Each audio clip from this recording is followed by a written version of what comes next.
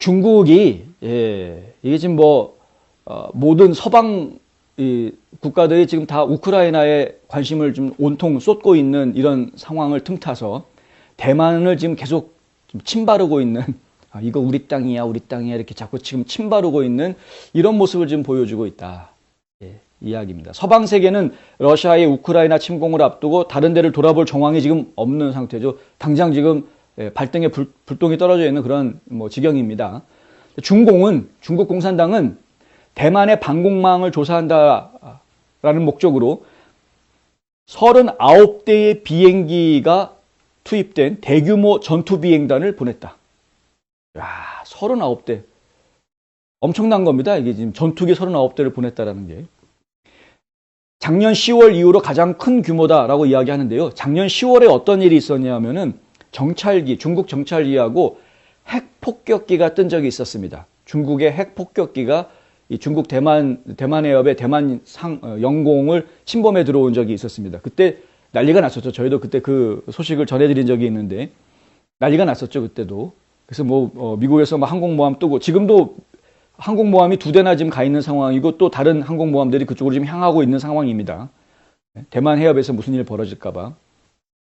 푸틴 대통령의 우크라이나 국경 군사 훈련이 나토의 시선을 지금 끌고 있는 그런 상황에서 불군 중국은 대만의 방공망을 계속 넘보고 있는 상황입니다. 일각에서는 중공이 대만을 강제 통일하기 위한 전주곡으로 불리우는 군사력 증강을 계속하고 있다라고 지적하고 있습니다. 지금 이제 베이징 동계올림픽 때문에 지금 가만히 있어서 그런 거지 베이징 동계올림픽 끝나고 나면 뭔 사단이 벌어질 것 같다라는 이야기들이 지금 계속 나오는 거죠.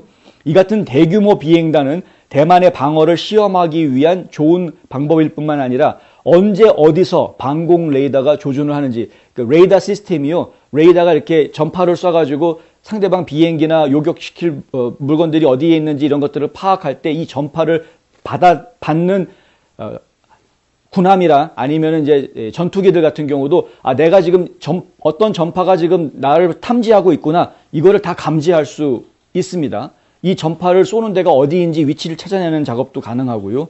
이런 것들 때문에 결국은 비행단이 떼거지로 쫙 몰려오면은 어디에서 레이더를 지금 돌리고 있는지 이런 것들이 다 파악이 된다라는 것이죠.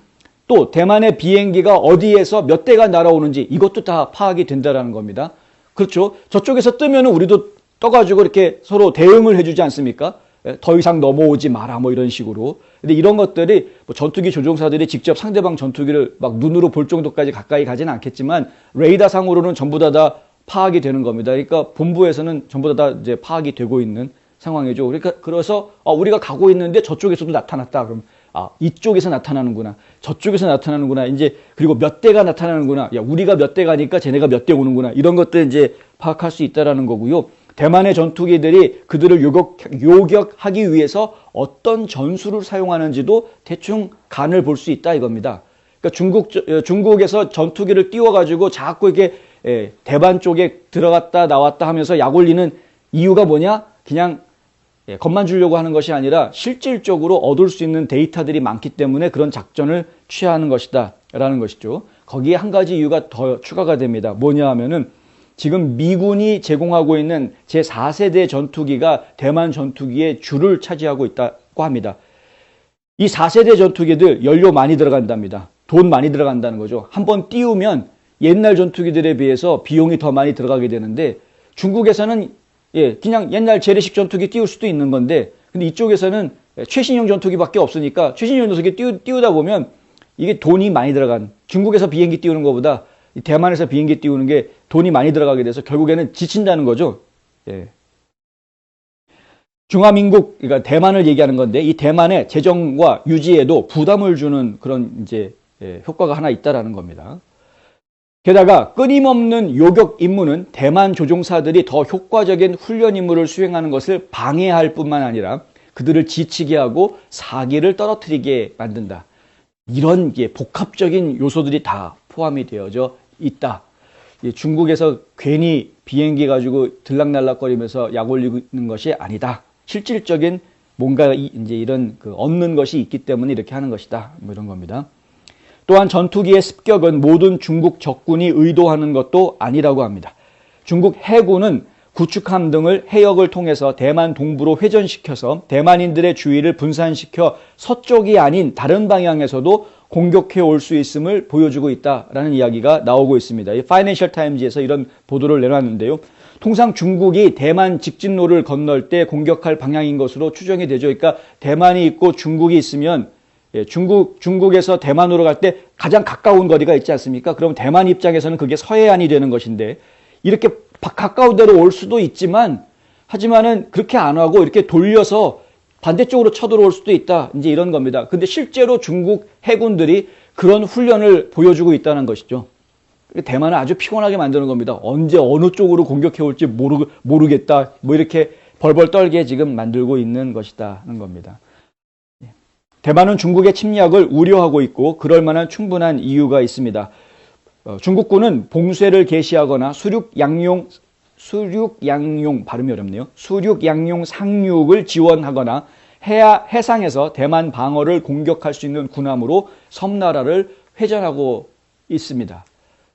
그러니까 지금 얘들이 훈련한답시고 돌고는 있는데 이러다가 어느 날 갑자기 진짜로 그냥 상륙작전을 탁 펼쳐버리면 아이쿠 하는 거죠. 그러니까 지금 신경을 안 쓸 수가 없는 입장에 있는 겁니다. 대만. 더군다나 섬나라 아닙니까? 섬나라는 도망갈 데가 없지 않습니까?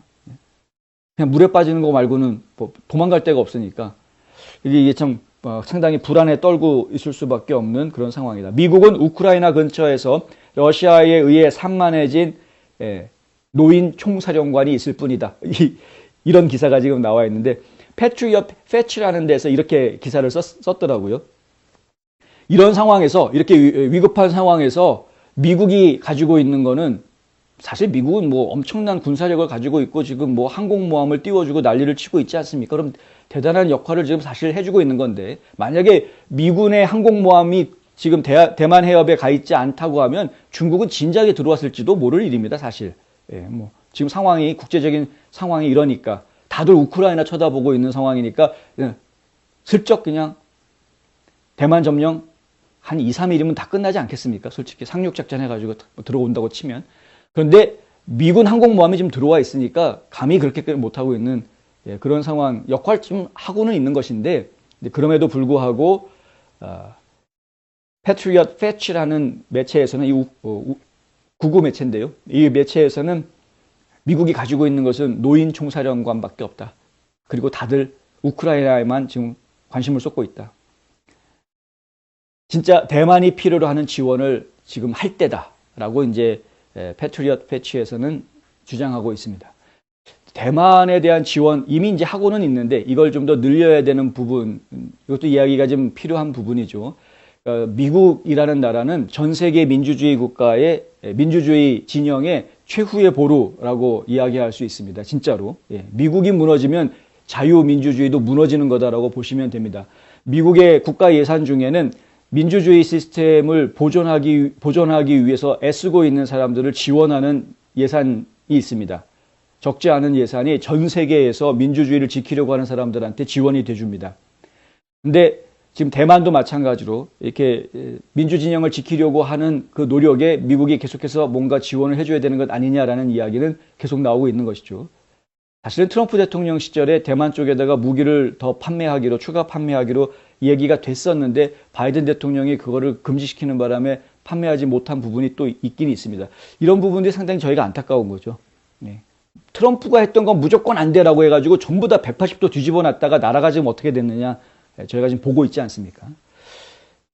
우방국들에 대해서 제대로 된 보호자 역할을 해주지 못하고 동맹으로서의 역할을 충실하게 해주지 못한다고 하면 그럼 미국을 신뢰할 수 있는 국가는 없어지는 겁니다. 그런 예를 보여주는 거는 한두 나라면 더 이상 필요 없습니다. 지금 우크라이나 러시아에 넘어간다? 대만이 중국에 넘어간다? 더 이상 미국은 국제사회에서 어느 누구도 신뢰하지 않는 나라가 돼버리는 겁니다. 그 순간에. 게임 끝입니다. 게임 끝. 이것은 미국의 사활을 걸고라도 해야 될 방어 작전이 될 것이다. 최전선이라고 생각하고 움직여야 될 부분이 될 것이다. 라는 이야기이죠. 그런데 과연 조 바이든 대통령한테 그런 의지가 있는지 매우 염려스럽다.